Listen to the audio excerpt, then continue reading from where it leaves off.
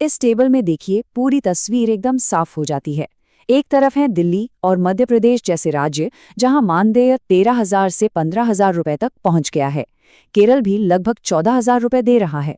वहीं दूसरी तरफ उत्तर प्रदेश और असम जैसे राज्य अब तक काफी पीछे चल रहे थे।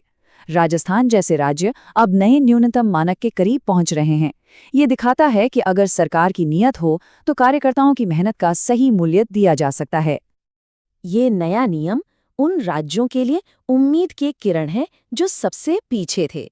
अब बिहार, नागालैंड और असम जैसे राज्यों पर जबरदस्त दबाव है कि वो अपनी बहनों का मानदेय बढ़ाएं ताकि वे कम से कम इस राष्ट्रीय न्यूनतम स्तर तक तो पहुंच ही सकें। लेकिन सवाल तो वही है कि आखिर मानदेय में इतना फर्क आता ही क्यों है? इसका जवाब छिपा है केंद्र और राज्य सरकार के बीच पैसों के बंटवारे के गणित में।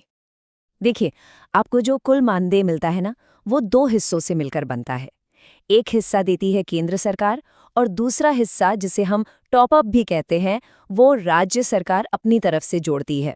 तो बस जिन राज्यों ने दिल खोलकर टॉप अप दिया वहां मानदेय ज्यादा हो गया और जहां कम दिया वहां कम रह गया। इस बात को जरा ध्यान से समझिएगा। पहले सिस्टम ये था कि केंद्र सरकार ने मान लीजिए सेविका के लिए 4,500 रुपए दे दिए और फिर राज्य अपनी मर्जी से उसमें कुछ पैसा जोड़ते थे। लेकिन अब खेल बदल गया है। अब नियम ये है कि केंद्र और राज्य दोनों का हिस्सा मिलाकर कम से कम 10,000 रुपए सेविका को और 5,500 रुपए सहायिका को देने ही होंगे। इसका सीधा मतलब ये है कि जिन राज्यों का टॉपअप कम था उन्हें अब अपनी जेब से और पैसा डालकर इस न्यूनतम आंकड़े को पूरा करना ही पड़ेगा। यही इस नए नियम की सबसे बड़ी ताकत है। तो क्या 10,000 रुपए का न्यूनतम मानदेय तय होने के बाद अब ये लड़ाई खत्म हो गई? तो कार्यकर्ता साफ कहते हैं, बिल्कुल नहीं। ये तो बस एक पड़ाव है, मंजिल अभी भी बहुत दूर है। असली लड़ाई तो इन मांगों को लेकर है। सबसे बड़ी मांग है आंगनवाड़ी कार्यकर्ताओं को सरकारी कर्मचारी का दर्जा देना। मानदेय नहीं, बल्कि एक तय वेतनमान मिले, पेंशन मिले, रिटायरमेंट के बाद फायदा मिले, हेल्थ इंश्योरेंस और दूसरे सरकारी फायदे भी मिले। और ये संघर्ष सिर्फ कागजों या बातों तक सीमित नहीं है। आंध्र प्रदेश जैसे राज्यों में हमारी बहनें 26,000 रुपए मासिक वेतन की मांग को लेकर बड़ी बड़ी हड़तालें भी कर चुकी हैं। ये दिखाता है कि अपनी असली मंजिल के लिए बहनों का संघर्ष कितना बड़ा और गंभीर है।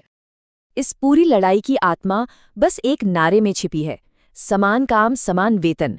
ये सिर्फ एक नारा नहीं है, ये हर कार्यकर्ता के सम्मान और अधिकार की मांग है, जो उनके काम के महत्व को सही पहचान देने की बात करता है।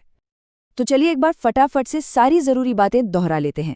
पहली और सबसे बड़ी बात, अब पूरे देश में सेविकाओं के लिए 10,000 और सहायिकाओं के लिए 5,500 रुपए का न्यूनतम मानदेय एक कानून है। दूसरी बात, दिल्ली और मध्य प्रदेश जैसे राज्य ये साबित करते हैं कि इससे भी ज्यादा वेतन देना बिल्कुल संभव है। तीसरी, बिहार, उत्तर प्रदेश और असम जैसे राज्यों की बहनों को इस नए नियम से सबसे ज्यादा फायदा मिलने की पूरी उम्मीद है। और आखिरी और सबसे अहम बात, असली लड़ाई सरकारी कर्मचारी के दर्जे और सही वेतन के लिए अभी भी जारी है।